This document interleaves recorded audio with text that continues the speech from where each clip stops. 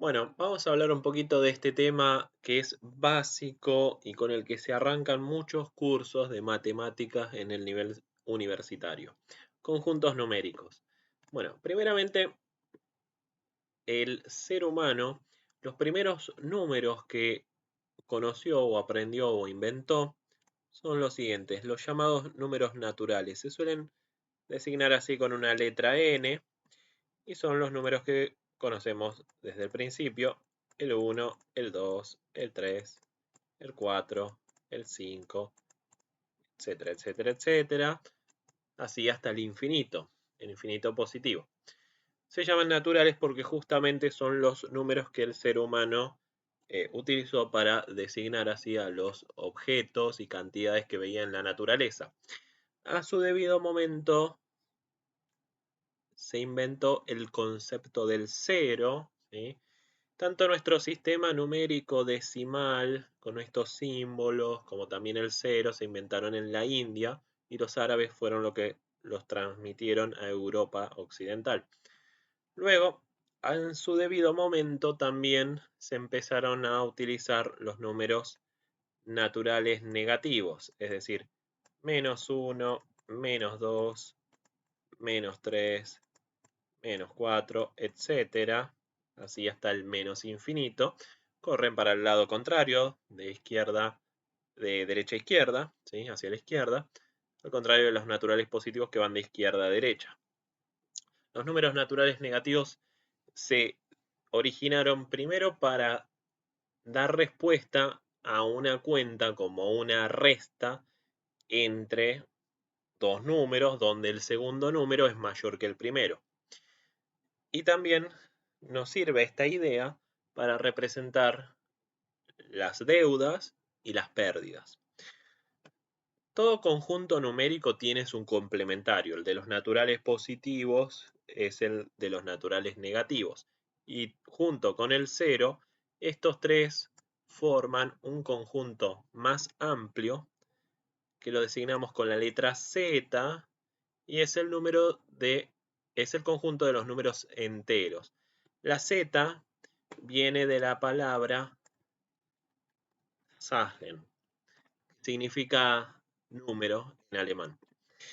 Así como hay números enteros, hay números que no lo son. Los llamamos fraccionarios. Acá el símbolo, depende del libro que leamos, puede ser una F, puede ser así, o podría ser también así, una F de los fraccionarios, ¿sí? Fracciones como, por ejemplo, voy a poner algunos ejemplos: un medio, 3/4 o 2/3, por ejemplo, ¿sí? Hay muchos tipos de fracciones distintas. Algunas de estas fracciones podemos mostrarlas cómodamente en el otro formato decimal, es decir, por ejemplo, un medio es lo mismo que decir 0,5, 3/4 lo mismo que decir 0,75, pero en el caso del 2/3, nosotros sabemos que 2/3 da 0,6666 y así infinitamente. Otra manera de designarlo sería un 0,6 periódico. Es decir, hay algunas fracciones que tienen una cantidad finita de decimales, ¿sí? De números después de la coma. Hay otros que tienen una cantidad infinita de decimales después de la coma, pero generalmente se repiten en base a algún patrón. Bien. Tanto el conjunto de los números enteros como el de los fraccionarios los unimos en un conjunto más amplio, al cual lo designamos con la letra Q de la palabra quantum, es decir, cantidad. Bueno, este es el conjunto de los números racionales. Se llaman así porque justamente todos los números hasta acá se pueden escribir como una razón, es decir, como una división, un cociente o una fracción entre cualquiera de todos estos números que son los racionales. Es decir, todos estos números que tenemos acá se pueden escribir como una fracción. Todos los naturales positivos, si los ponemos divididos por 1, lo mismo con los negativos, todos son fracciones, ¿sí? Todos son susceptibles de mostrarse como una fracción, ¿sí? Todos son una razón, por eso racionales. Ya los griegos habían descubierto de que no todos los números son racionales, no todo se puede expresar como una fracción, y es ahí donde aparecieron los números irracionales. En algunos libros se puede llegar a encontrar ese conjunto como una imprenta mayúscula, en otros libros quizás lo podemos encontrar como una H, lo mismo como lo llamemos, el tema es entender el concepto. Son números que no se pueden mostrar como una fracción de números racionales. Dentro de este conjunto están varios de los números que son fundamentales en la matemática, como por ejemplo el número pi. Otro, el número e o número de Euler. Otro es el número de oro, que a veces lo podemos ver con esta letra o con esta otra letra griega. Este número pi es un 3,14 y pico, 3,1415, etcétera, etcétera, etcétera. El número e, que es un 2,71 y pico. Y siguen muchos decimales, muchos números después de la coma. El número de oro, 1,61, etcétera, etcétera, etcétera. Y después, además de estos números que son los fundamentales de la matemática, hay otros, como por ejemplo la raíz cuadrada de 2, que es aproximadamente un 1,41 y pico, raíz cuadrada de 5, logaritmo neperiano de 7, ¿sí? Y muchas de las raíces cuadradas, cúbicas y la mayoría de los logaritmos, ¿sí? Salvo algunos casos en particular, que el resultado da entero o da justo una fracción, la mayoría de las raíces y logaritmos suelen dar como resultado un número irracional. Hablemos un poquito de estos tres en particular. El número pi es un número básico dentro de lo que llamamos la rama de la geometría. Ese 3,14, etcétera, etcétera, etcétera, vamos a ponerlo acá con el símbolo del aproximado, es un número bastante fácil de entender de dónde surge. Lo vemos en la realidad como la siguiente idea. Es que vemos un círculo, hay una medida a la cual llamamos circunferencia. Sería tomar así esta medida alrededor del círculo, ¿sí? Eso sería la circunferencia. Y hay otra medida a la cual llamamos diámetro. ¿Qué sería esta medida? La podemos tomar así, la podemos tomar así, la podemos tomar así. El tema es, al diámetro siempre hay que medirlo como la distancia entre los dos puntos más alejados dentro de un círculo o circunferencia. La razón que se da acá es que pi resulta ser el resultado de dividir a la circunferencia sobre el diámetro. Y ese resultado es el que da el 3,14 y pico. Es decir, una circunferencia siempre es 3 veces y un poquitito más grande que lo que mide el diámetro. Ahora bien, yo estoy mostrando acá a pi, un número irracional, como una fracción. Entonces, ¿qué pasa? Estaría contradiciéndome con lo que dije antes, de que los irracionales no se pueden escribir como una fracción. Pero ¿qué pasa? A nivel exacto es difícil medir las cosas en la realidad. Siempre, a pesar de que usemos instrumentos de mucha precisión, es difícil saber si esa medida es exacta. Difícil saber si algo mide 4 centímetros o 4,000001 centímetros, ¿sí? Entonces,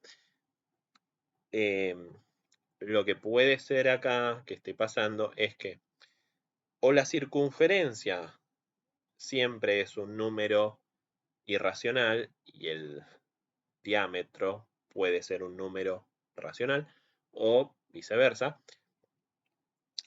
La circunferencia puede ser racional y el diámetro ser irracional, o bien ambos números, la circunferencia y el diámetro, son irracionales. Uno de los dos o ambos tiene que ser irracional para que el resultado de esta cuenta dé irracional. Si no, es imposible que la división de dos números, ya sean enteros o fraccionarios, pero racionales, dé como resultado otro número que es irracional. Bien. Eso acerca del número pi.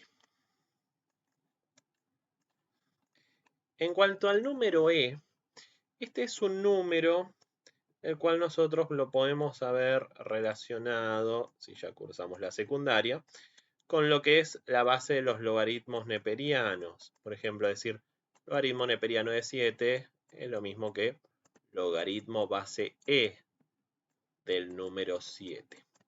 Es la base de los logaritmos neperianos y también está presente en las funciones exponenciales más básicas que nos hacen usar la mayoría de los cursos de cálculos, como e a la x o e elevado a algo que contiene ax.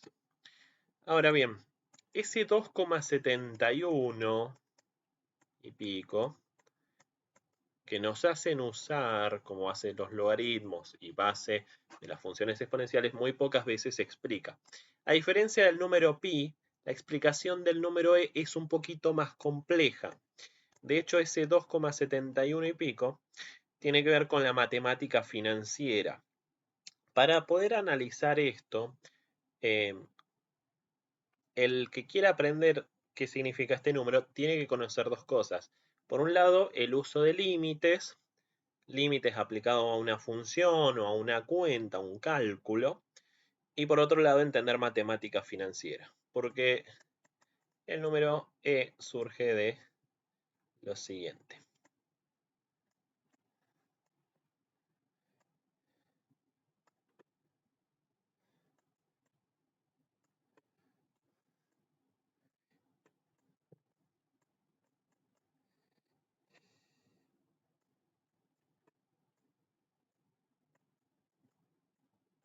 El número e surge de resolver este límite de n tendiendo a infinito en la función 1 más 1 sobre n elevado a la n. Esto nos va a dar como resultado un 2,71, es decir, cuando en estos lugares n, en ambos lugares ponemos un número muy grande, cada vez más grande, por ejemplo, si le vamos poniendo 99, 999, 9999, vemos que si repetimos el cálculo de esta cuenta, cada vez nos da un número que se va acercando al 2,71 y pico. En realidad tiene varios decimales más, varios números después de la coma. Pero esto tiene un tope. Por más que nosotros acá pongamos en la n un número excesivamente grande, por ejemplo, 999.000 millones, 999.999, el resultado nunca va a dar 2,72, ni siquiera va a dar 3, ni nada por el estilo. No se va a seguir agrandando el resultado. Esto tiene un tope. Ese tope es el límite, ¿sí? Es el resultado de este límite. Bien. Tiene que ver con matemática financiera y en algún otro video vamos a hacer la explicación de este número. Lo mismo que del número de oro. Ese número de oro es el resultado de hacer esta cuenta. 1 más raíz cuadrada de 5 sobre 2. Como la raíz cuadrada de 5 es un número irracional, por eso el resultado es irracional y da aproximadamente ese número que decíamos antes, 1,61 y pico. Número de oro, también llamado razón áurea, razón divina, la divina proporción, ¿sí? Es un número utilizado mucho en el arte, tanto en la pintura como en la escultura y como también así en la arquitectura. Y es un número que está presente en ciertas proporciones que tiene el cuerpo del ser humano, el cuerpo de ciertos animales, ¿sí? Se lo suele reconocer en las imágenes de un tipo de caracol o animal que se llama el Nautilus, y también está presente en varias otras cosas de la naturaleza, como ciertas plantas y demás.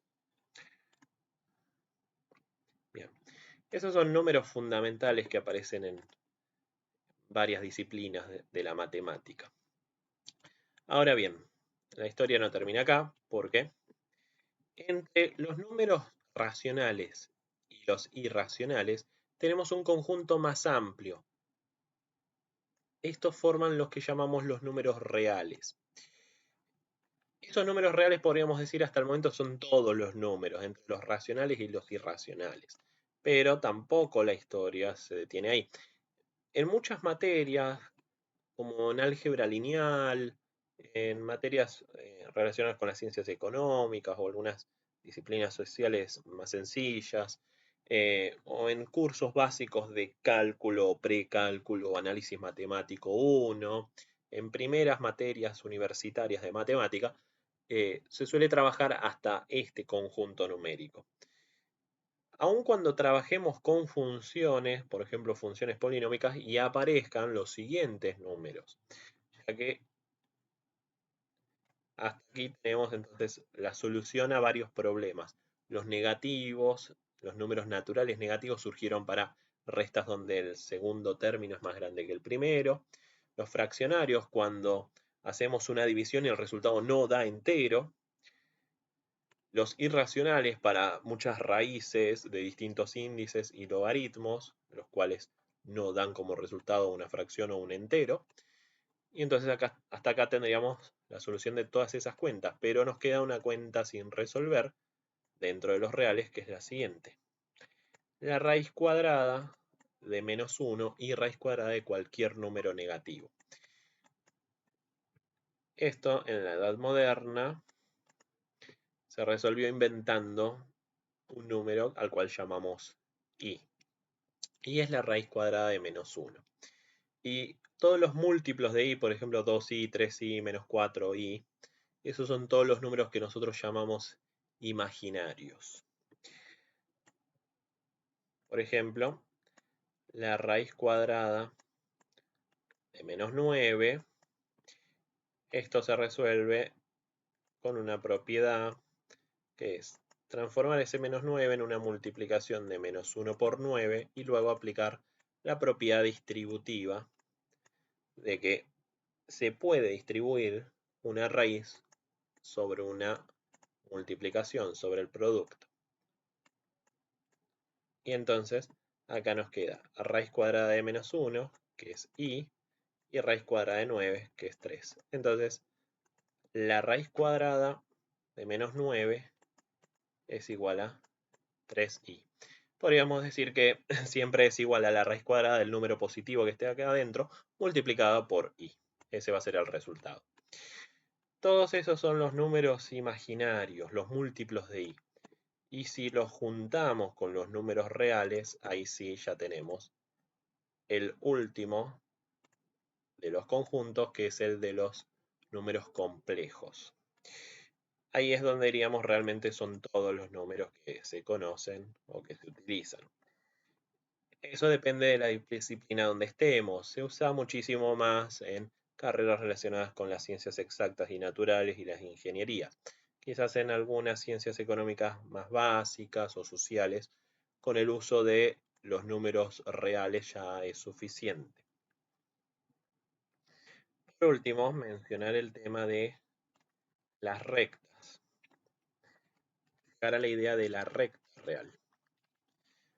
Si nosotros mostramos a los conjuntos, como por ejemplo el de los números enteros, de manera horizontal, el de los enteros simplemente nos va a mostrar distintos puntos separados, 0, 1, 2, 3, 4, así hasta el infinito, y el menos 1, el menos 2, el menos 3, etc.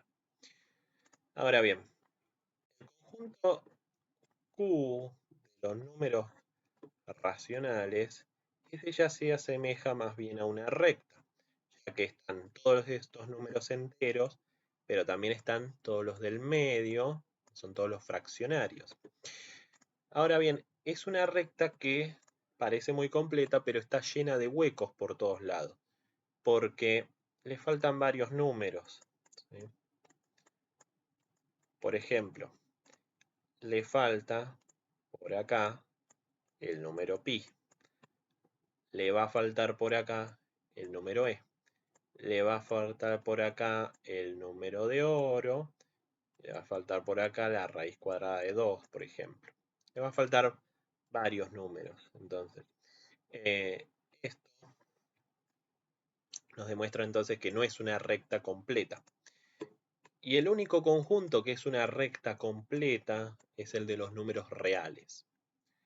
Entonces, esto nos demostraría que, si bien los números enteros y los racionales son infinitos, al parecer el conjunto de los números reales es aún más infinito.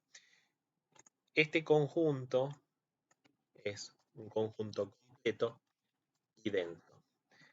Entre dos números reales, no solamente que siempre vamos a encontrar otro número, ¿sí?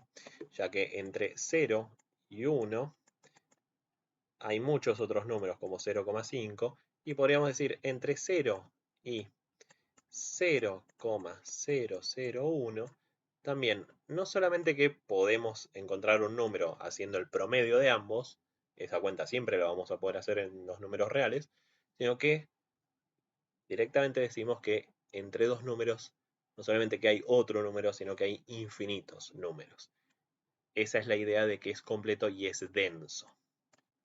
Bien. Esta fue la explicación sobre los conjuntos numéricos y la reflexión sobre la recta real.